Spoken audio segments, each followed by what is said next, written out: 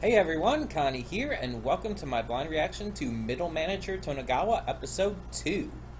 So, yeah, we are back with Middle Manager Tonegawa. We are continuing this series, as I mentioned last time, and I'm excited. I mean, as I mentioned before, I love Kaiji Ultimate Survivor. The two seasons of that were great. Season 2 dragged on a little bit at the beginning, but it was still great. I still loved it. And it ended off very strong. Tonegawa is a great character in and of his own right, and I'm really excited to see what more they do with him here. So the series seems like it's going to be more comedy focused, but it does seem to have a storyline. So Tonegawa is given the job by Hyodo, the leader of the Taihei? Teihai? I think it's Teihai. Of the group. He's given the job to basically come up with this death game.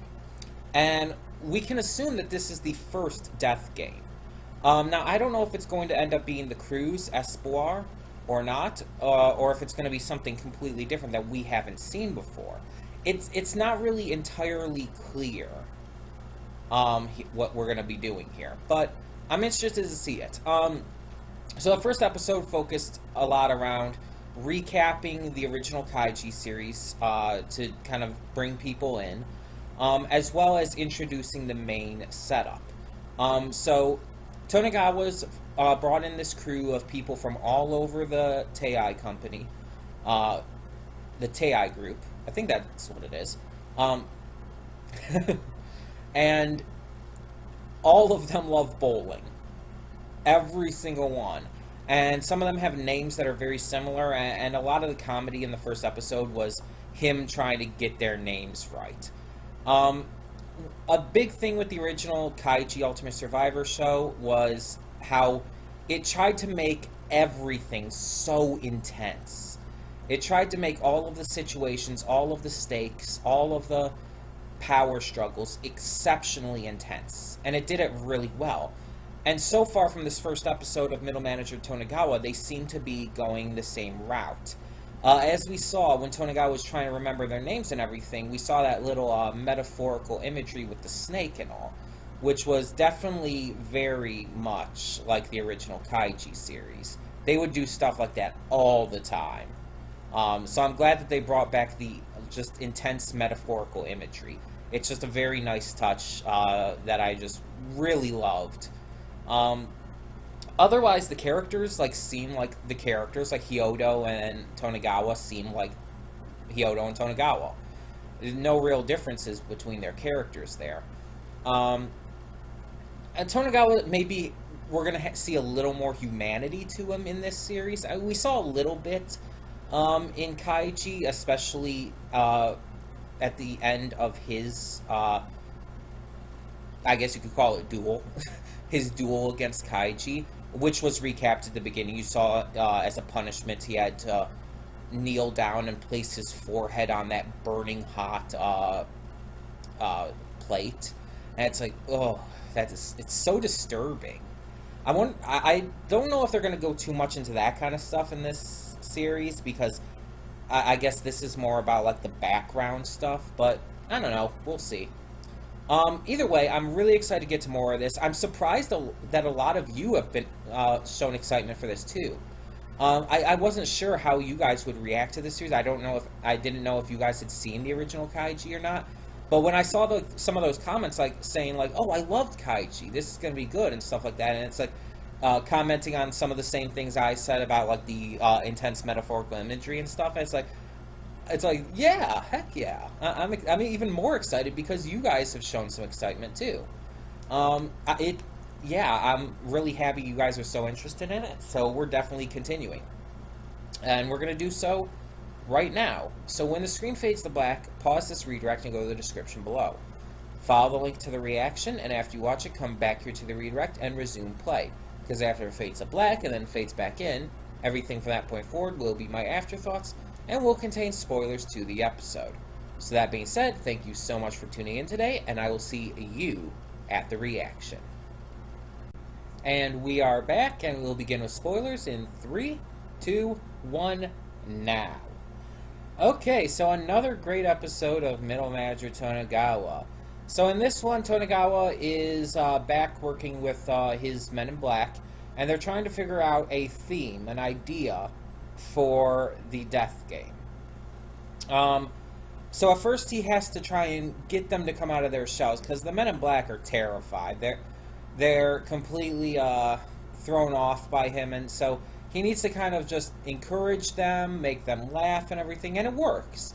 They start naming all these ideas, including the rock, paper, scissors idea that we know ends up being used for the ship Espoir, which is the first death game that Kaiji faces.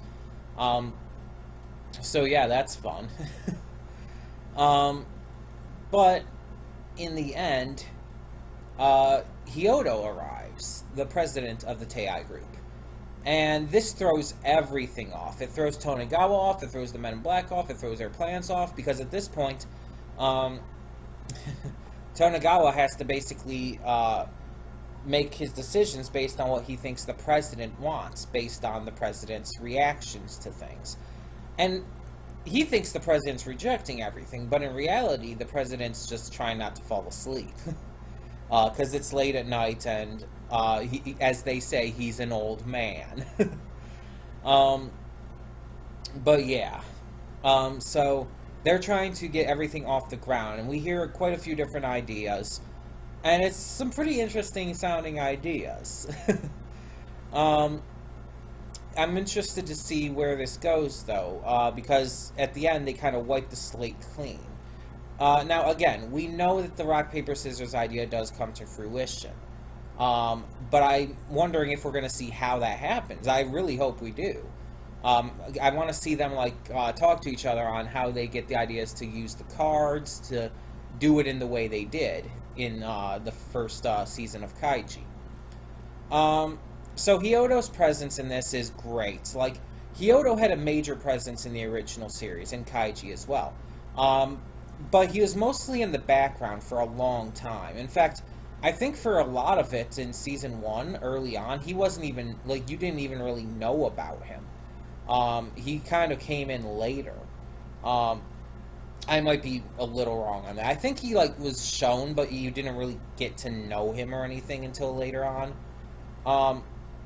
But either way, it's now we're getting kind of a bigger look into him, how he uses his intimidating presence to really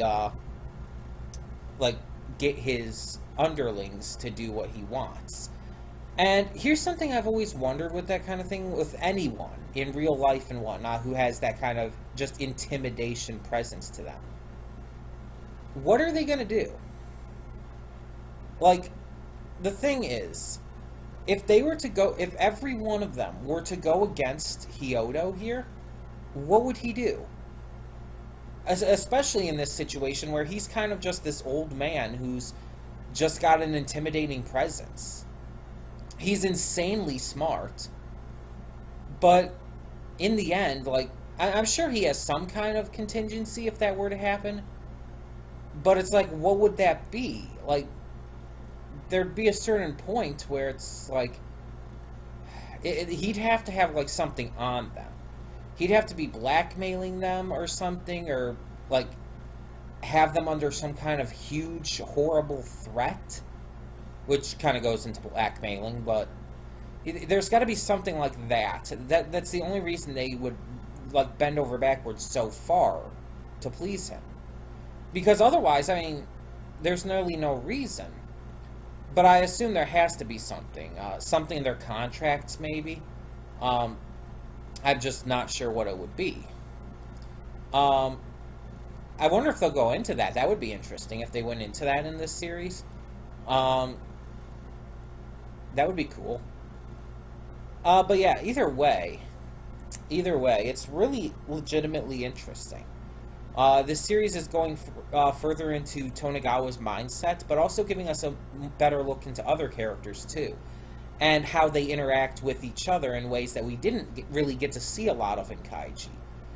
We saw Hyodo, we see Tonegawa. They were both in Kaiji, and they obviously did interact, but we're seeing, I guess, a little more here, and in a different way. So it's kind of like this different situation. Um, but yeah, this episode had a lot of the metaphorical imagery in it. It did it so well. It was just so greatly done. The entire clam part of it, like for example, like the way that was just this continuing thing. I really liked that. It was done really well, and it made a lot of sense. Like in all of these metaphorical imagery parts to the original Kaiji and now to here, Middle Manager Tonegawa, they always make sense. They always like are very fitting. Like here with all of the Men in Black clamming up. So of course you're going to use actual clams as the metaphorical imagery. Have them be inside the clamshells, which are closed tight, to represent how they're acting, how they're thinking, how they're not like suggesting things at the moment. And then of course to represent them coming out of their shell, the shell's open. And it's just like I know it's like it's super obvious. Yes, that's what it's going for, but I don't know. It's just something that I really like to see. I always like to see those kind of things in anime, in movies, in cartoons, or whatever.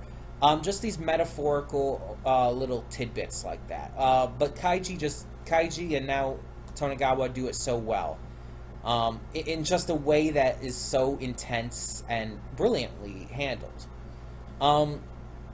So yeah, at the end here, they're kind of starting back at square one. But I don't think that they're going to completely start at square one again. I think that they're going to use what they came with this episode, and Tonegawa is going to use it to continue to encourage the Men in Black and start to get more out of it. So I think the next episode will be a little more progressing with the story, progressing with their goals and everything. This one was kind of just to show the presence that Hyodo has over all of them. And it did a great job at that. But I think that this next episode, they do need to actually make some real progress here. They do need to start, like, really hammering in these ideas. So we'll see when that comes next week. And yeah, I'm excited to see exactly what they've got for us for that. Tell me in the comments below what you thought of episode 2 of Middle Manager Tonegawa.